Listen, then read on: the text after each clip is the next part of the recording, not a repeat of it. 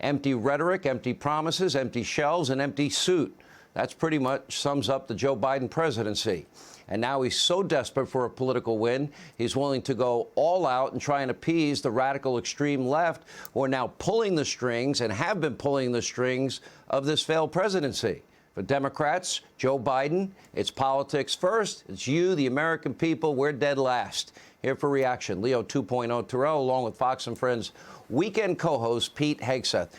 All right, so let's say I ask people to pick race, gender, whatever, 2 characteristics only for people to fill in for this show, Leo.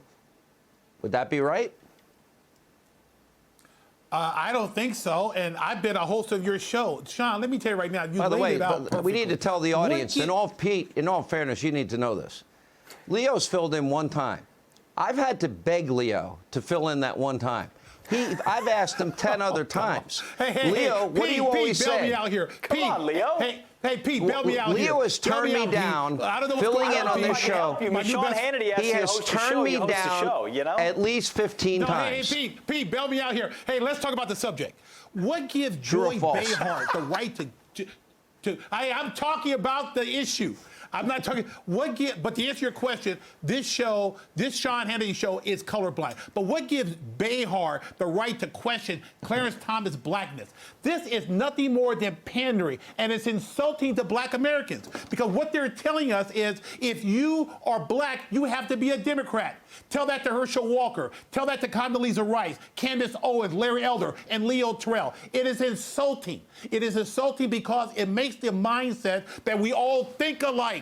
Black people have different views. And the comment to pick a black female is racist. It's the #1 reason why I left the Democratic Party. Because 2 years ago, Joe Biden said, if you vote for Trump, you ain't black. The Democrats, the left wing, have divided this country, Sean. You say they play it every election cycle. They're playing it 24/7. And one final point. This is not going to convince black people to vote for Joe Biden and the Democrats. We hate crime. We want crime eliminated. We hate these federal mandates. We want the homeless problem done. We want school choice. That's what black people want. You know, Pete, let me go to you. By the way, Pete, I need to thank you personally, because every time we've asked you to fill in, you've been very gracious Pete, with your bail me out again, please. Pete, bail me out. And Leo has turned us down at least 15 times. Actually, my staff is saying in my ear it's like over 24 times, but I won't bring that up. So I thank you, Pete. But in all seriousness, you know, we're supposed to be one American family. You know, the coolest thing when you take politics out of sports, Stephen A. and I go back and forth and text each other about this occasionally. You know, take politics out of sports. What do you have? People with a shared passion, a sport, shared passion, a team, a home team, high-fiving strangers, all socioeconomic backgrounds, races, religions. It doesn't matter. Why don't we look for the right person, period? That's it. If you're looking for 2 things, I'm looking for merit and I'm looking for judicial philosophy. And I'm not going to agree with who the Democrats believe has the right judicial philosophy. That's life. But that's what it should be.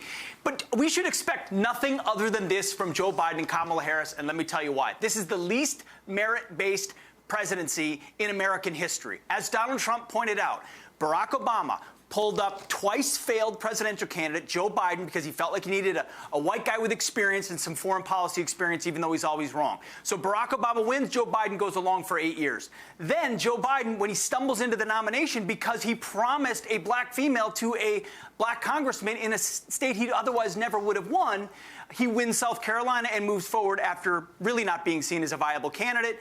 Then he says, I need to pick somebody. Who should it be? A black female. It's going to be Kamala Harris, even though she couldn't poll over 1%. So no one currently in 1600 Pennsylvania Avenue got there because of merit. So why would we expect that this would be anything other than a box-checking, identity politics, politically correct, left-wing giveaway based on race from the guy who sat in front of Clarence Thomas when he said, this is a high-tech lynching, from the guy who said they're going to put you back in chains. This is exactly who we know Joe Biden is. So it doesn't surprise me one bit. And I'll tell you this, I'm going to text Leo after this. He'll be hosting your show next time you ask him. I'll set him straight. At least somebody, you know, will help us out when we're in a moment of crisis and need. The question I have, why does the media give Biden a pass on all the issues that Pete mentioned on race, Leo? What I mentioned about Robert Byrd, I mean, partnering with a former Klansman, no integration, racial jungles. How did the media just ignore all of that? Very simple. They are agents. The media, CNN, MSNBC, Joy Reid, all those people who you play out, they are agents of the Democratic Party.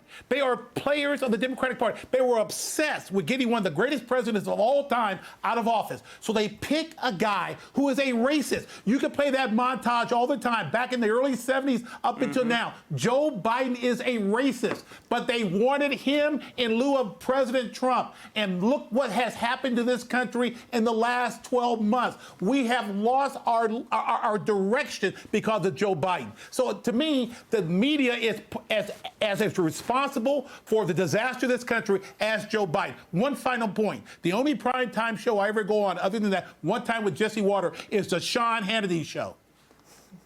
Does that mean you'll fill in for me my next day off? How about we do a poll? Leo's going to win. Pete, I can't get him to do it. Maybe you can talk him into it. You're tougher than I am. You know what? I think we just leave him be. It's the only thing I've disagreed with 2.0 since he's been 2.0. So I think we'll give him a pass on this one. He can come host Fox and Friends Weekend anytime from me. No pass. Leo's got to man up and come on and host the show. Leo, next time I'm out, you're sitting in this chair, or we're just gonna have an empty chair for the full hour. I co-host with Pete. All right, I co-host with Pete. Okay, I like that too. Together.